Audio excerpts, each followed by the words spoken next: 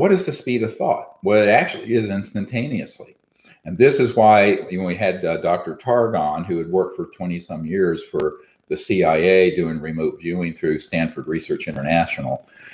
He called it SRI, which is what people call it, but I want to define that for you. It's SRI, it's Stanford Research International. He talked about the fact that the physics of this has been well understood for decades, that in fact, the field of consciousness and thought isn't limited by space or time. And this has been proven in elegant physics, science experiments. So, for example, where they would take what we mentioned, random number generators, put someone in a room and put their thought awareness on it, and it starts shifting, that this random generator of zeros and ones shifts to the ones. Or you could put your consciousness in a container of water, even at a great distance, and it will create, as Dr. Emoto showed, these beautiful crystals and forms if you're putting your attention in love and hope, or these ugly kind of tormented looking shapes if it's hate or something negative.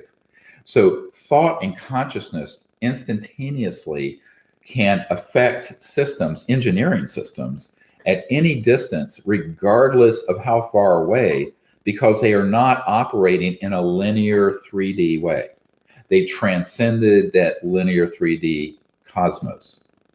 So we have to do that. If you want to be an ambassador to these other civilizations, it's sort of like ET 101 isn't what you've been taught through the UFO subculture. ET 101, the course on extraterrestrial sciences, is the science of consciousness, period.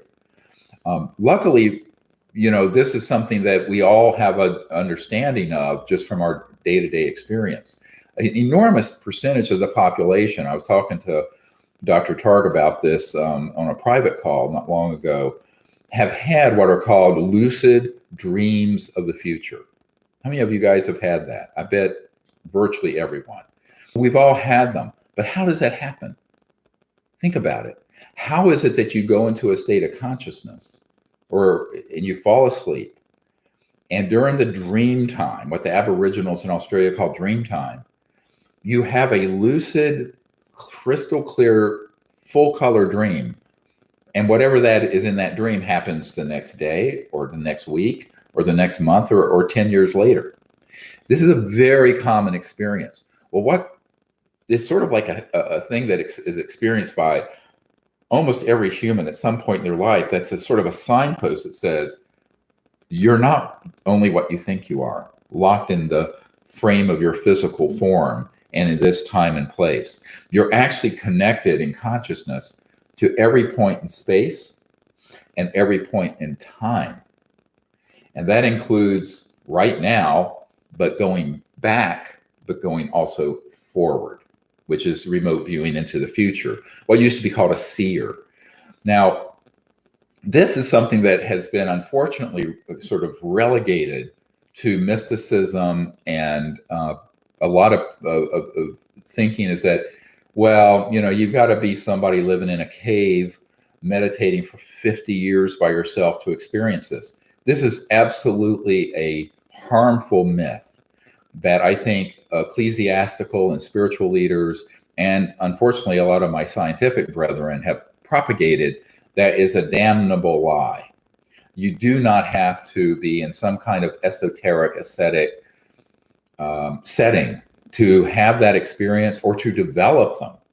And so that is something that we have to begin to sort of move beyond this monkey on our shoulders going, oh, I'm just a little dumb thing and I'm just stuck right here on earth. And it's just, you're telling yourself that lie over and over again.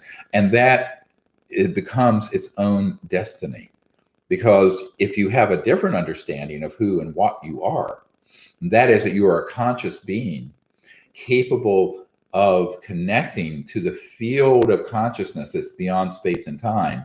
Every single human being, by virtue of being conscious, can be conscious of just consciousness and become aware of that field of awareness that has no limitations in space or time. And by doing that regularly in meditative states, you can advance to where you begin to operate at that level, not only in the meditative state or in a dream, But while you're driving down a road, you're just sort of like, oh, where's the highway patrol or whatever. And actually, people know me well know I do that kind of strange stuff. But the point I'm making is that you need to understand that this is your innate capability as a higher intelligent life form. Not just humans, dolphins, and even other animals have that capacity to a point. But once you reach, as they say, a critical mass of intelligence and consciousness, you can understand this, go into meditative states on a regular basis, and routinely see remote places and see distant times. You can actually intend, as you go to sleep at night or go into meditation, to ask, where should I be? Exactly what time might an event happen? What does the setting look like? Where is the moon in the sky? Whatever, all the granular detail you might, if you intend to ask for that, it'll be shown to you. And I think we're only limited by our own creativity. And I think Yogananda had a great saying that for the most part, humans are limited by their own lack of adventuresomeness. In other words, we don't believe we can do this because we're told we can't, which is as I said, a damnable lie. But on top of it, we have this tendency to limit our experimental adventuresomeness, where we never just sort of play with this and have fun with it.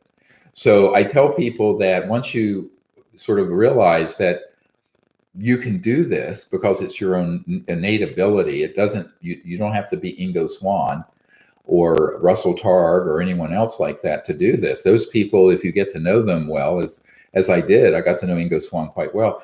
He would laugh and he would say, everyone can do this. It's just they don't believe they can.